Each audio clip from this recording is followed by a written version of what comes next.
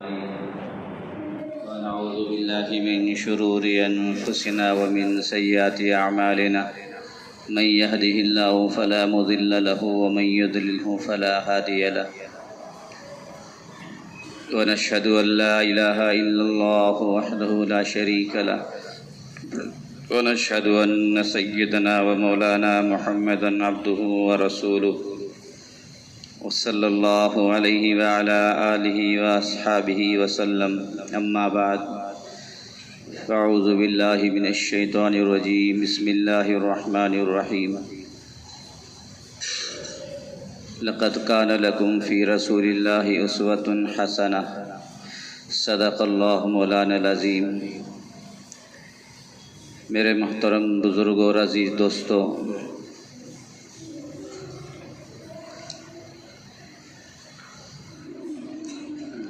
اللہ تبارک و تعالیٰ نے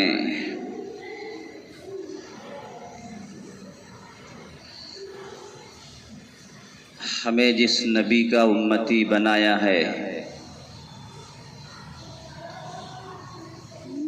وہ نبی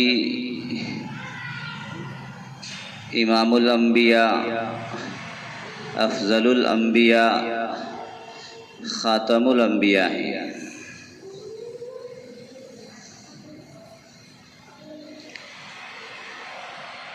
آدم علیہ السلام سے لے کر عیسیٰ علیہ السلام تک جتنے بھی انبیاء کرام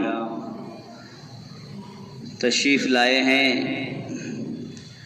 اللہ نے کسی کو نبی بنایا، کسی کو رسول بنایا۔ ہمارے نبی بھی تھے، رسول بھی تھے، اور خاص فضیلت ان کی یہ ہے، خاص مقام ان کا یہ ہے کہ جہاں نبی ہیں اور رسول ہیں وہیں خاتم النبیین بھی ہیں۔ یہ سب سے بڑی فضیلت ہے۔ یہ فضیلت کسی بھی نبی کو نہیں ملی، یہ مقام، یہ مرتبہ کسی اور نبی کو نہیں ملا۔ یہ صرف اور صرف ہمارے نبی حضرت محمد مصطفیٰ صلی اللہ علیہ وسلم کو ملا ہے، اور ہم ان کے امتی ہیں۔ یہ ہمارے لیے فخر کی بات ہے کہ ہم فخر محسوس کریں، اللہ کا شکر ادا کریں کہ ہم اللہ کے نبی کی امت میں پیدا ہوئے۔ اور دوسری بات، خاص طور سے ہم لوگ جو مسلمان گھروں میں پیدا ہوئے، وہ بغیر کسی طلب کے، بغیر کسی دعا کے ہم مسلمان گھروں میں پیدا ہو گئے۔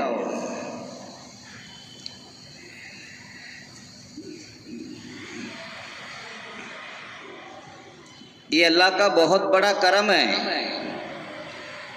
خدا نخواستہ خدا نہ کرے اگر ایسا ہو جاتا کہ ہم کسی کافر یا مشرک کے یہاں پیدا ہوتے تو نہ معلوم آج کیا کر رہے ہوتے۔ اس لیے کہ ہم تو ماں باپ کے دھرم پر ہیں۔ ہم نے ماں باپ کو دیکھا، ماں باپ نماز پڑھتے ہیں، ہم نے بھی نماز پڑھنی شروع کر دی۔ ہم نے دیکھا ماں باپ داڑھی رکھتے ہیں، جبہ پہنتے ہیں، ٹوپی پہنتے ہیں، ہم نے بھی پہننا شروع کر دیا۔ ہم نے دیکھا ماں باپ جمعہ پڑھتے ہیں، ہم نے بھی پڑھنا شروع کر دیا۔ اتنا ہی تو ہے۔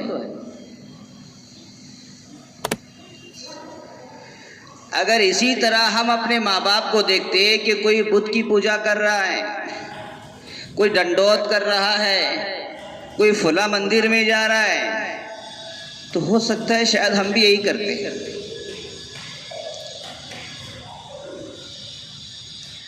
آج ہمیں محسوس ہو رہا ہے، اللہ کا کرم ہے، اللہ کا شکر ہے کہ مسلمان ہیں، لیکن اس کا الٹا ہو جاتا، اس کا برعکس ہو جاتا تو کیا کرتے؟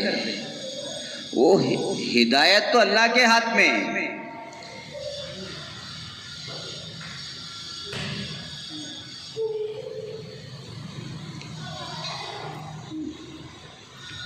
اس لیے ہمیں اللہ کا شکر ادا کرنا ہے. اے اللہ تیرا بڑا شکر ہے. جب کہیں سے 1 کروڑ روپے مل جاتے ہیں کسی بندے کو تب دیکھو کتنا شکر ادا کرتا ہے وہ. 10 ٹائم نماز پڑھے گا وہ, اللہ کا شکر ہے 1 کروڑ روپے مل گئے مجھے. 1 کروڑ کی قیمت معلوم ہے اسے, کروڑ کی اہمیت معلوم ہے اسے. لیکن ہم جس امت میں پیدا ہوئے ہیں اس کی اہمیت معلوم نہیں, اس لیے کہ وہ اہمیت, وہ مقام, وہ مرتبہ ہمیں بغیر مانگے ملا ہے. ہمارے ماں باپ نے دعا کی کہ اللہ مجھے اولاد دے دے, اولاد ہو گئی, اتنا ہی تو بس. امام صاحب نے نکاح کے ٹائم دعا کی کہ اللہ اس جوڑے کو نیک اولاد دے دے, ہم اولاد پیدا ہو گئی, اتنا ہی تو ہے. باقی ہم نے ایمان لانے کے لیے جد و جہد کی ہو, پریشانیاں مصیبتیں اٹھائی ہوں, ہم پر حالات آئے ہوں, ایسا بالکل بھی نہیں جیسے صحابہ کرام پر حالات آئے. جو بھی ایمان لے آتا تھا اس پر حالات شروع ہو جاتے تھے.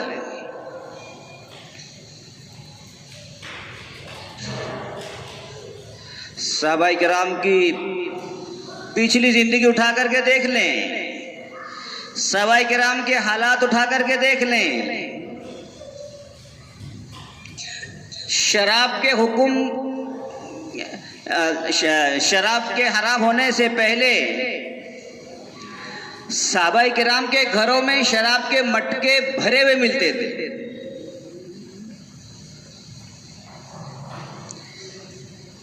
ابھی صحابہ کو پتہ نہیں تھا کہ شراب حرام ہے, نہ ابھی حرام ہوئی تھی, اس لیے مٹکے بھرے ہوئے رہتے تھے. مٹکے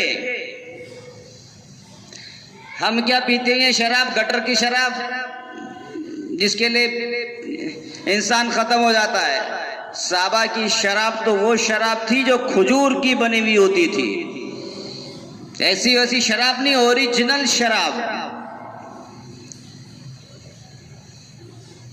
اور پرانی شراب, شراب جتنی پرانی ہوتی ہے اتنا مزہ دیتی ہے, اتنا اس کا ٹیسٹ آتا ہے, اتنا وہ اوریجنل ہو جاتی ہے. اور اوپر سے کھجور کی ہو پھر تو کہنے ہی کیا. صحابہ کرام کے پاس وہ چیز تھی.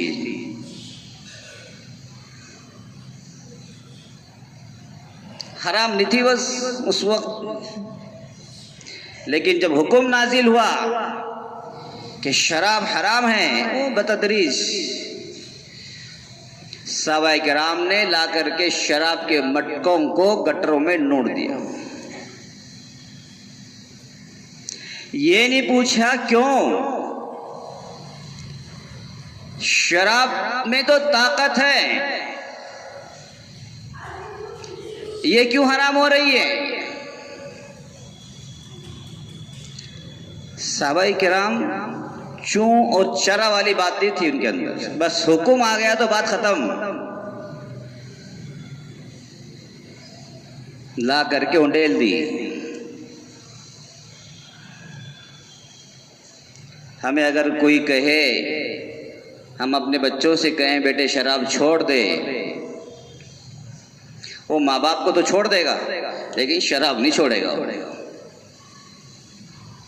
ماں باپ کو چھوڑ دے گا لیکن شراب نہیں چھوڑے گا.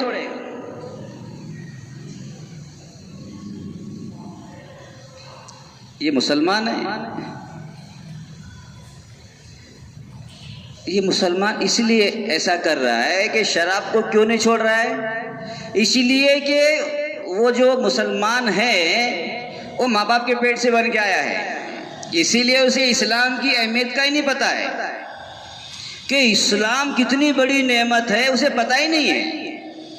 وہ صحابہ کرام سے پوچھو, اسلام, مسلمان ہونا, اللہ کے نبی کی امت میں ہونا کتنی بڑی چیز ہے, کتنا اونچا مقام, کتنا بڑا مرتبہ ہے. اور کل قیامت جب محشر میں ہوں گے اور آخرت میں فیصلہ ہوگا، اس کا جو بدل ملے گا جنت کی شکل میں، جنت کی جو شرابیں ملے گی، ان پر ایمان تھا صحابہ کرام کا۔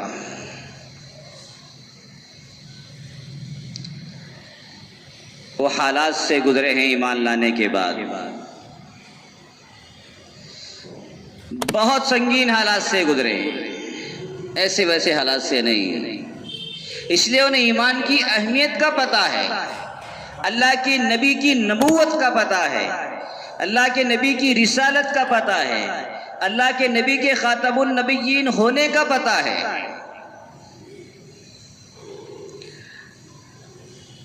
اللہ کے ایک حکم کو چھوڑ دینا، اس سے کیا حالات آتے ہیں ان کو وہ پتہ ہے۔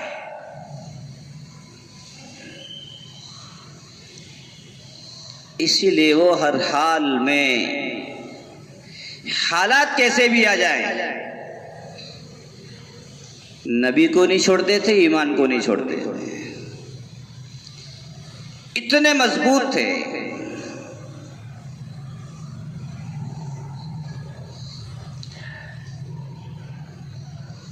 آج ہم چند پیسوں کی خاطر جو چاہے ہم سے بلوا لو وہ بول دیتے ہیں، اس لیے کہ ہمارا ایمان فری کا ایمان ہے، ہم فری میں مسلمان ہوئے ہیں۔ اور صحابہ کرام نے جانوں کے نذرانے پیش کیے، اپنی اولادوں کو یتیم کرایا ہے، ان کی ایمان کی بہت بڑی قیمت ہے۔ اسی لیے امت مسلمہ کا متفقہ فیصلہ ہے کہ صحابہ کرام کی ایمان کے بغیر، ایمان کا مقابلہ کوئی کر ہی نہیں سکتا۔ وہ کتنا بڑے سے بڑا ولی بن جائے، وہ ماں کے پیٹ سے ولی بن کر کے پیدا ہو اور قبر میں جانے تک ولی رہے، تب بھی وہ ایک ادنا سے ادنا صحابی کے مقام کو بھی نہیں پہنچ سکتا۔ صحابہ کرام نے وہ مقام کیسے ملا ان کو؟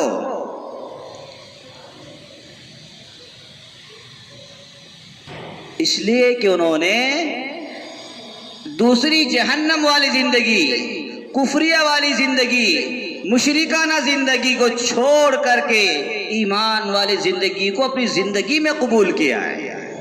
یہ معلوم ہونے کے باوجود کہ حالات آئیں گے، جان دینی پڑے گی، پھر بھی ایمان لا رہے ہیں، اس لیے اللہ نے ان کو وہ مقام دیا، رضی اللہ عنہم ورضوا عنہ، سرٹیفکیٹ مل گیا۔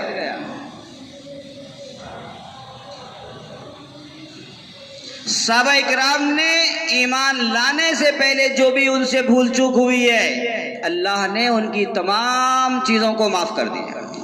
لو جی، اب صحابہ کرام کی کوئی پرانی زندگی اٹھا کر کے پڑھنے لگے کہ صحابہ کرام کے گھروں میں مٹکے تھے، تو کوئی کیا کہے گا؟ اس کے بعد ہی تو انہوں نے ایمان قبول کیا ہے، جب مٹکے تھے ان کے پاس۔ ان کو چھوڑ کر کے ایمان قبول کیا ہے، پھر کبھی زندگی میں اس چیز کی طرف نہیں گئے جس کا حکم اللہ نے نازل کیا ہے کہ یہ چیز تمہارے لیے حرام ہے۔ اس لیے صحابہ کو وہ مقام ملا ہے۔ عمر بن عبدالعزیز رحمۃ اللہ علیہ تابعی ہیں، اللہ نے ان کو ایک حکومت دی تھی، ایسی حکومت کہ ان کے دور میں بھیڑ اور بکری ایک برتن میں پانی پیا کرتے تھے۔ اتنا انصاف، یعنی بھیڑ اور بکری ایک برتن میں پانی پی ہو ہی نہیں سکتا۔ یہ اگر بھیڑ بکری کو دیکھ لے کھا جائے گا فوراً، اور وہ دونوں ایک برتن میں پانی پی رہے ہیں۔ یعنی اتنا عدل و انصاف تھا کہ انسانوں سے نکل کر کے جانوروں میں بھی عبدالعزیز بن عمر کا جو ہے وہ انصاف وہاں تک پہنچ چکا تھا۔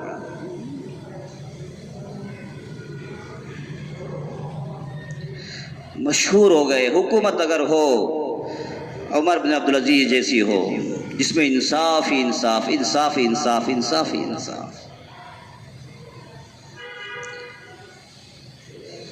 اس وقت کسی عالم سے ایک شخص نے سوال کیا، عمر بن عبدالعزیز کا مقام اونچا ہے یا حضرت معاویہ کا؟ یعنی دونوں کو ٹیلی، دونوں کا تقابل۔ یعنی حضرت معاویہ کے دور میں جنگیں بہت ہوئی، بہت جنگیں ہوئی، اور یہاں اتنا انصاف کہ جانور بھی، دشمن آپس میں کھا جانے والے جانور بھی ایک برتن میں پانی پی رہے ہیں۔ اس لیے اس شخص نے تقابل کیا آپس میں کہ پھر کس کا دور اچھا ہے، کون اچھا ہے، اس میں کون افضل ہے۔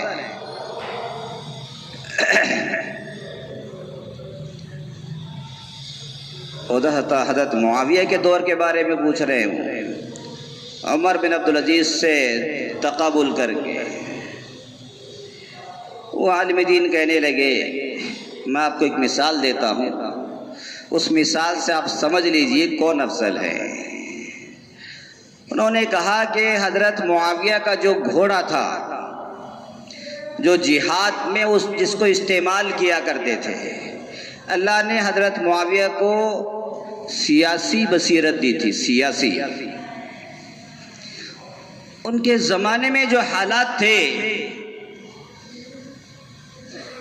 وہ ہر کسی کے بس کی بات نہیں کہ ان حالات میں سے بچ کر کے نکل جائے اور خلافت کو سنبھال لے، ایسے حالات تھے اس میں۔ لیکن حضرت معاویہ جیسی شخصیت تھی جنہوں نے اس کو سنبھالا تھا۔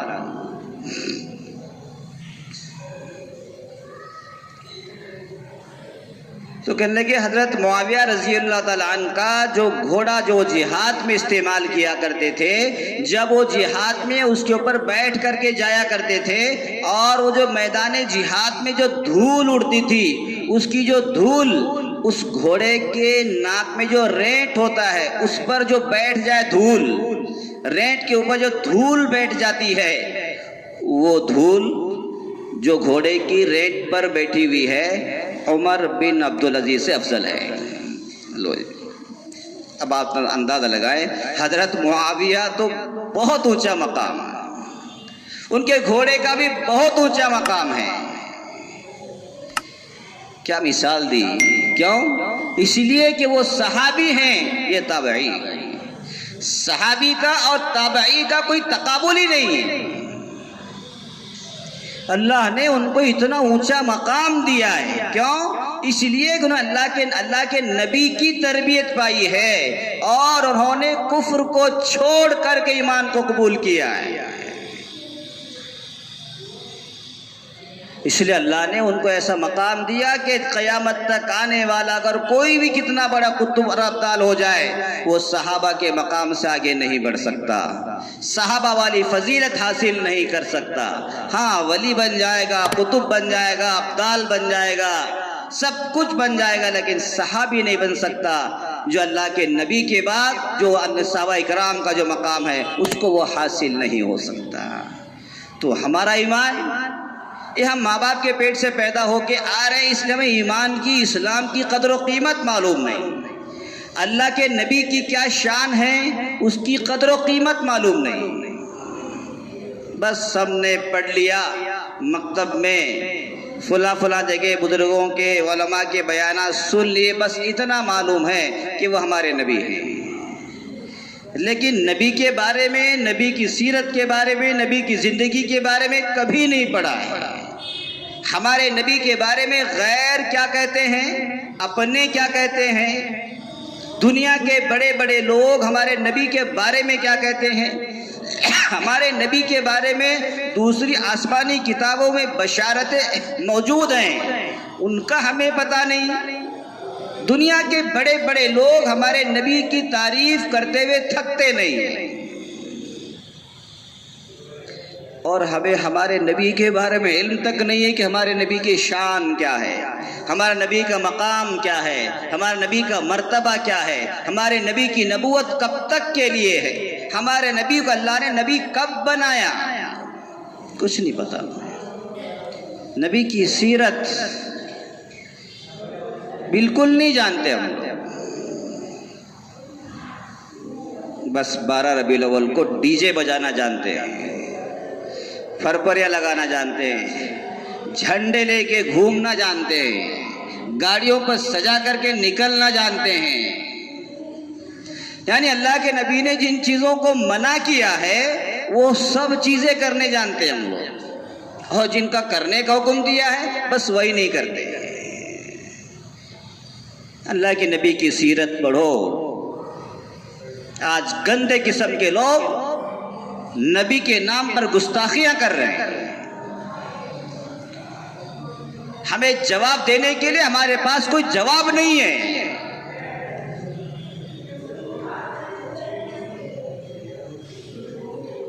علم ہونا چاہیے, اللہ کی نبی کی سیرت کا علم ہونا چاہیے, اللہ کے نبی کی زندگی کا علم ہونا چاہیے, اللہ کے نبی نے کیسے زندگی گزاری اس کا علم ہونا چاہیے, اللہ کے نبی نے 11 شادیاں کی ہیں کیوں کی ہیں اس کا جواب دینے کے لیے ہمیں علم ہونا چاہیے. ورنہ 1400 سال کے بعد یہ گندے ذہن کے لوگ پیدا ہو کر کے اس نبی پر, جس خدا نے جس نبی کے واسطے پوری دنیا کو بنایا ہے, اس پر اعتراض کر رہا ہے. اور ہم تعجب کر رہے ہیں, ہاں ایسا کیسے ہو سکتے؟ امت کو 4 کی اجازت, خود 11. پڑھو, کتابیں پڑھو, پتہ چلے گا آپ کو کتنی تسلی ملے گی, کتنا سکون ملے گا پڑھ کر کے, آپ حیران ہو جائیں. ہمارے نبی نے کتنی محتاط زندگی گزاری ہے, کتنی احتیاط والی زندگی گزاری ہے.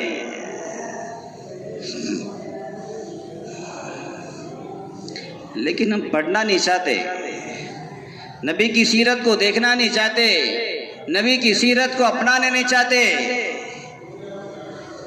نعرہ تکبیر تو لگا دیں گے, لیکن اس نعرہ تکبیر کے پیچھے اللہ کی نبی کی جو زندگی ہے, صحابہ کرام کی جو زندگی ہے, اس کو پڑھنا نہیں چاہتے, اس پر اپنی زندگی کو لانا نہیں چاہتے. تو کہاں سے اللہ کی مدد آئے گی؟ میرے دوستو, ربیع الاول چل رہا ہے. بس ربیع الاول میں ہمیں 12 وفات منانی ہے, عید میلاد, اور اگلے مہینے میں 11واں کرنی ہے. بس اتنا معلوم ہے. ہم پڑھو, نبی کی بھی سیرت پڑھو, اللہ والوں کی بھی سیرت پڑھو, شیخ عبد القادر جیلانی رحمۃ اللہ علیہ کو بھی پڑھو, ان بزرگوں کو پڑھو, نظام الدین اولیاء کو پڑھو, خواجہ معین الدین چشتی کو پڑھو, ان کی زندگیاں اٹھا کر کے دیکھو, تعجب کریں گے, تعجب. جن کے نام پر ہم پیٹ پال رہے ہیں ان کی زندگی اٹھا کر کے دیکھ لو, پتا چلے گا ہم ان کے نقش قدم پر بالکل بھی نہیں, ذرہ برابر بھی نہیں چل رہے ہیں, اور ان کا نام لے کر کے اپنا پیٹ بھر. نہیں, ایسے نہیں چلتا کام. صرف نام لینے سے کچھ نہیں ہوتا, نام تو غیر بھی لیتے ہیں, پھر ان میں ہم میں فرق کیا ہو؟ ان کی زندگی کو اپنی زندگی میں لاؤ. ان کی نمازیں پابندیاں ہوا کرتی تھی, روزوں کی پابندیاں ہوا کرتی تھی, اور تمام چیزوں کی وہ پابندی کیا کرتے تھے, اور بس ہم نام لے کر کے کما رہے ہیں, اور ہم وہ کرنا نہیں چاہتے. ہاں, اللہ والوں سے محبت یہ ایمان کا تقاضا ہے, نبی سے محبت یہ ایمان کا تقاضا ہے, اور سب سے بڑا تقاضا یہ ہے کہ نبی والی زندگی اپنی زندگی میں لاؤ, اللہ والوں والی زندگی اپنی زندگی میں لاؤ. یہ سب سے بڑی محبت ہے. اگر آپ کو نبی سے محبت ہے, ولیوں سے محبت ہے, سب سے پہلے آپ کے چہرے پر داڑھی آئے گی, ورنہ آپ جھوٹے ہو. جھوٹا دعویٰ ہے, جو عمل سے نہیں دکھا سکتا وہ جھوٹا ہے. وہ کہتا ہے کہ نہیں, مجھے یہ چہرہ اچھا لگتا ہے, داڑھی والا چہرہ اچھا نہیں لگتا. یہ محبت جھوٹی محبت ہے. جھوٹی محبت اللہ کو پسند نہیں. محبت پوری محبت کرو, عملی اعتبار سے بھی کرو اور زبانی اعتبار سے بھی کرو, تب جا کر کے اللہ خوش ہوں گے, نبی خوش ہوں گے, تب ہماری دعائیں قبول ہوں گی. تب پتہ چلے گا ہاں یہ ہوتی ہے زندگی، یہ ہوتی ہے سیرت اللہ کی نبی کی۔ ہم صرف زبان پر ہمارا ایمان ہے، زبان پر ہمارا اسلام ہے، اسی لیے ہم اتنی دعائیں مانگ رہے، اتنی دعائیں مانگ رہے، اتنی دعائیں مانگ رہے ہیں، قبول نہیں ہو رہی۔ امام صاحب انگریزوں کو بھگانے کی دعا مانگ رہے ہیں، پیچھے مقتدی لندن کے ویزا کی دعا مانگ رہے ہیں۔ یہ حال ہو گیا ہمارا۔ امام صاحب انگریزوں کو بھگانے کی دعا مانگ رہے ہیں اور پیچھے مقتدی بیٹھ کر کے لندن کا ویزا مل جائے، جلدی یہاں سے چلا جاؤں میں لندن کو، انگریزوں کے ملک۔ یہ حال ہے ہمارا۔ امام صاحب کی سوچ الگ ہے، مقتدی کی سوچ الگ ہے۔ جب دونوں سوچ مل جائیں گی تب حالات میں تبدیلی آئے گی۔ اس لیے میرے دوستو، نبی کی سیرت کو پڑھو، اللہ والوں کی سیرتوں کو پڑھو، تب جا کر کے ہمارا ایمان اتنا مضبوط ہوگا، اتنا مضبوط ہوگا، کیسے بھی حالات آ جائیں، کیسے بھی حالات آ جائیں، ایمان ڈاواڈول نہیں ہوگا۔ اس لیے میرے دوستو، اپنے ایمان کو مضبوط کرنے کے لیے اللہ کی نبی کی سیرت کو پڑھو اور اللہ والوں کی سیرتوں کو پڑھو۔ انشاءاللہ اس کے ذریعے سے ہمارے ایمان میں تازگی آئے گی، ایمان میں نورانیت آئے گی اور ایمان مضبوط ہوگا۔ اللہ ہم سب کو عمل کرنے کی توفیق نصیب فرمائے۔ وآخر دعوانا الحمدللہ رب العالمین۔